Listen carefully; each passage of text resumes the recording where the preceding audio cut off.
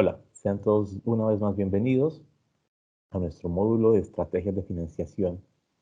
Y para el día de hoy vamos a hablar específicamente de otro producto alternativo, que son los bonos corporativos.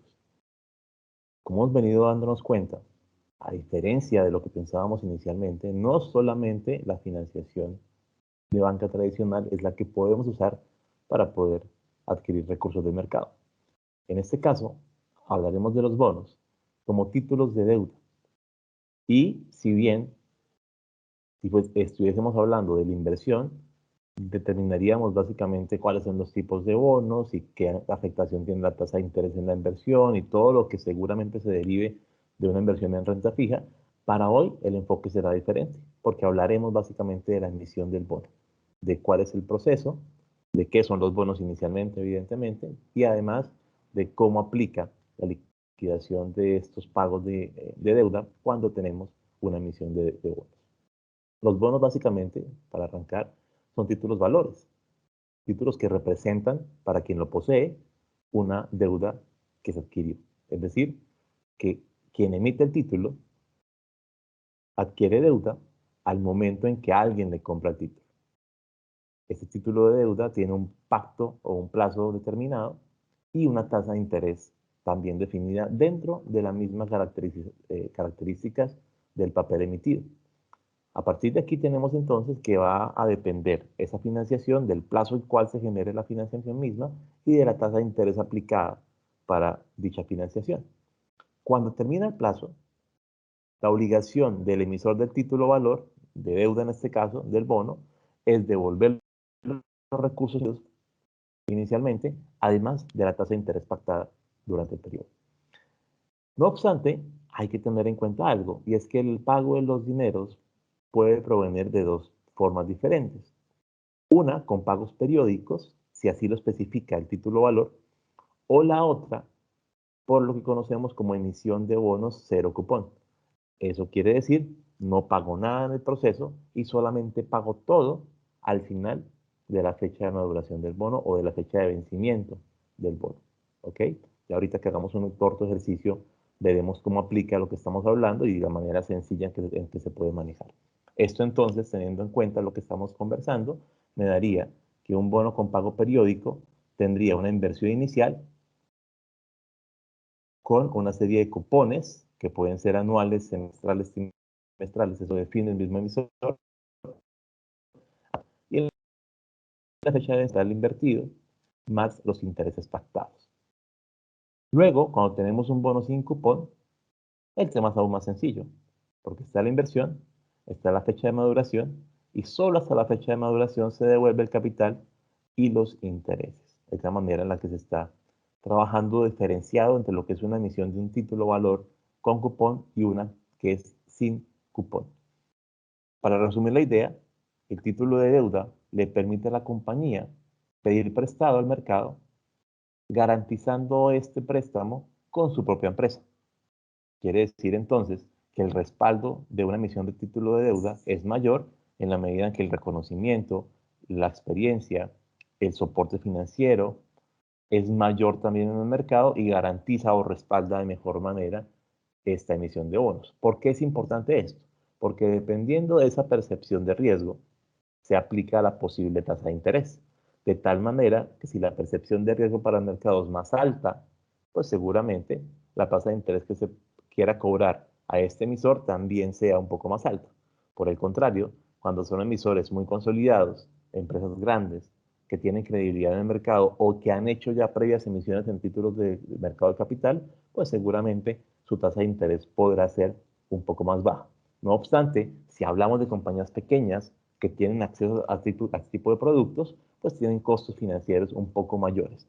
No obstante, suelen ser incluso muy parecidos a los que tienen por financiamiento en la banca tradicional vía créditos, eh, vía créditos bancarios. Así que a partir de esta comparación, realmente el bono se convierte como en un posible vehículo para que los emprendedores accedan a los mercados. No es un mercado desarrollado aún a gran escala en este lado del hemisferio, pero es un proceso de crecimiento y de consolidación que seguramente podremos ver.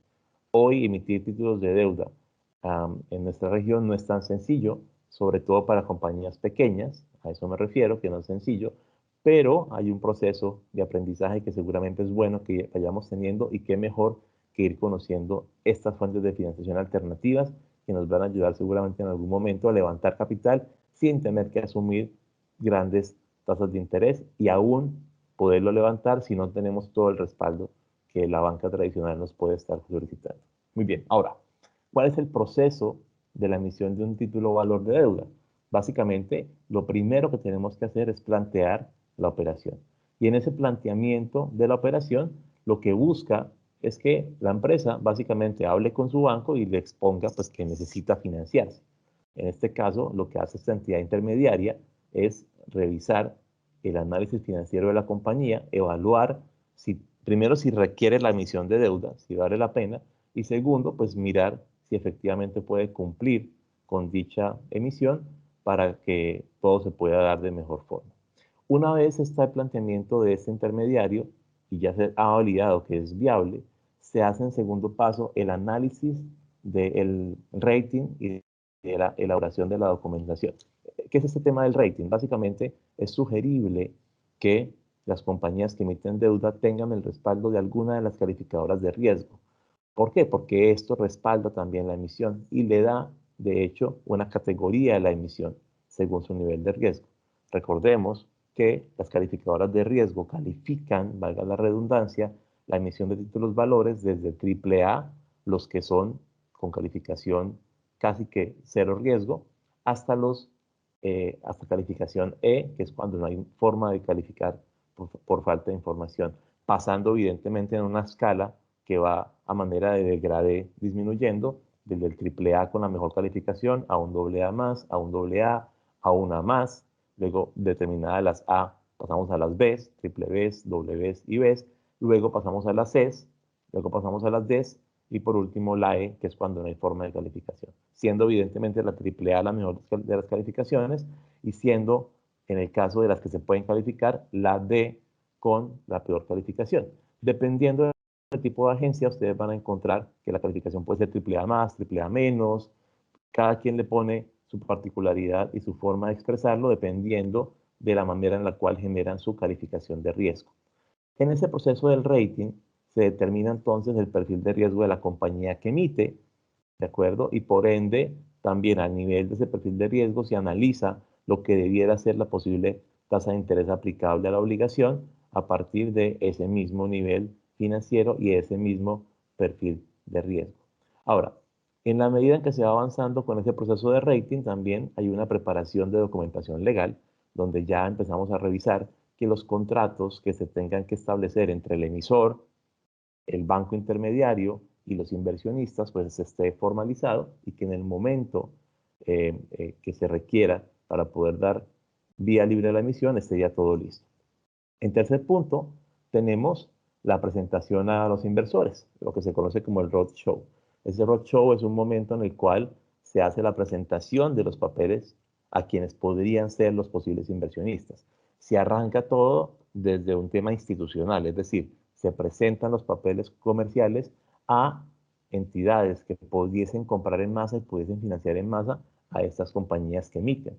Lo que se busca básicamente es entender cómo está el mercado, qué apetito de riesgo hay por la compañía a partir de la competencia que existe en el mercado y de los títulos parecidos en el mercado, y en dado caso, desde ahí pues tomar una decisión. Por un lado, si hay realmente apetito por nuestro papel, emitir los mismos. Si por otro lado, a lo mejor no convence al mercado, posponer la operación y mejorar ese proceso de emisión para que cuando llegue al mercado realmente sea atractivo para quienes pueden invertir. Entonces, en este caso, lo que buscamos es involucrar a los inversores y evidentemente tener ya más o menos una especie de benchmarking en términos de cuáles pueden ser los precios, las tasas y los plazos de nuestra emisión. En el punto número 4, estamos asumiendo que ese tercer punto nos da positivo para salir al mercado y a partir de ahí entonces se decide emitir los títulos de deuda y este proceso ya técnicamente ejecutado lo hace el intermediario mismo. En ese orden de ideas, ese intermediario se encarga de poner los papeles de deuda en el momento y en el día en que se estipula. Habrá ya negociado con los posibles inversionistas la compra de los mismos y hará todo el proceso operativo que surja a partir de esa operación inicial de la emisión hasta que se termine la emisión durante el día en que se ejecuta. Es importante tener en cuenta que dentro del proceso de emisión se define cuánto es el monto a emitir, ¿de acuerdo? Lo cual no garantiza que se pueda colocar toda la emisión. Supongamos que si estamos emitiendo deuda por $100,000, estoy expuesto como empresario y como emisor a que no me tomen los $100,000. Yo puedo estar queriendo 100,000 y a lo mejor el mercado me dice, le compramos bonos por 50,000. Efectivamente es una posibilidad. Yo quedo con la obligación con los $50,000 y los 50,000 adicionales, si los requiero, evidentemente tendré que irlos a buscar al mercado de una manera diferente. Luego ya en la emisión, todo el tema se convierte en un asunto de oferta y demanda. La emisión sale con una tasa indeterminada, que eso, como lo decíamos previamente, va a depender mucho del análisis de riesgo de la firma calificadora y de la percepción del mercado de cara a la competencia. Pero luego vamos a poder darnos cuenta que hay un posible ajuste del precio en el mercado en la medida en que los títulos se negocien y que el mercado mismo hable sobre lo que percibe de la posible tasa de interés de este papel. Cuando estando en el mercado ya emitidos, el propio mercado siente que la tasa de interés es muy baja, lo normal es que empiecen a pedir más tasa de interés, mientras que por el contrario, cuando los papeles tienen un buen apetito, pasa lo contrario. La gente está dispuesta a comprarlos aún con una tasa de interés más baja, lo cual evidentemente es más beneficioso para el emisor.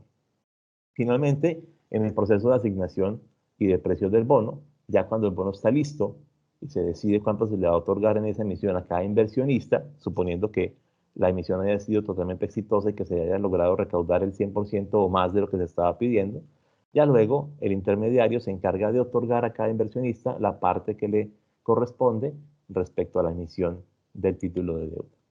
En este caso, este intermediario le entrega al emisor toda la información de la distribución misma de los bonos para que luego el empresario sepa a quién le debe y cómo va a pagar. Y en este momento, pues ya con la evidente revisión y aprobación de parte del inversionista o del emisor en este caso, pues se les informa a los inversionistas cuál ha sido finalmente su adjudicación dentro del proceso de emisión de bono. Luego, después de esto, y como un factor fundamental, entra el bono al mercado. Ya en este mercado, después de haber sido emitido, entra un mercado llamado secundario. Llamamos un mercado primario el momento en el cual se emite el bono. De ahí para adelante, una vez se emite el bono y se entrega, ya el mercado se llama secundario. Y a partir de ahí se realiza el seguimiento y las negociaciones según correspondan ya de cara a la negociación del bono. Para quien lo emite, es transparente que emitió $100,000 a una tasa de interés determinada, si se los tomaron todos maravillosos, y él se encarga de pagar luego esa misma obligación al pacto según se haya determinado el plazo y la tasa de interés.